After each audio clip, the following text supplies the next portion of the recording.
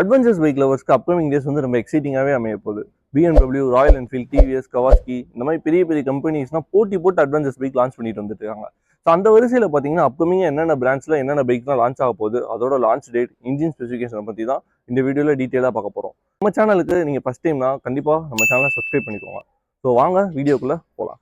So first bike பார்த்தீங்கன்னா Apache RTX 300. So இந்த bike தான் வந்து டிவிஎஸோட ஃபர்ஸ்ட் அட்வென்ச்சர்ஸ் பைக்னே சொல்லலாம்.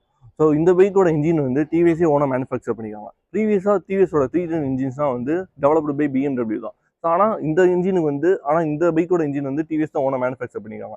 ஸோ இது இன்ஜின் பார்த்தீங்கன்னா 299cc single cylinder liquid cool engine கொடுத்துருக்காங்க. அண்ட் இதோட பவர் பார்த்தீங்கன்னா 36.5 பிஎஸ்பி பவர் கொடுத்துருக்காங்க. அண்ட் டார்க் பார்த்தீங்கன்னா 28 Nm ஆஃப் டார்க் கொடுத்துருக்காங்க.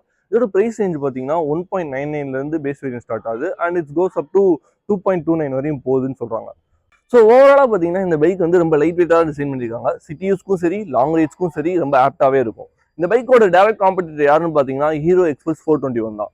ஸோ இந்த பைக்கோட ஃபியூல் எக்கனாமி ரொம்ப நல்லாவே இருக்கிறதுனால லாங் ரைட்ஸ்க்கு ரொம்ப பெர்ஃபெக்டாகவே இருக்கும்னு நான் சொல்லுவேன்.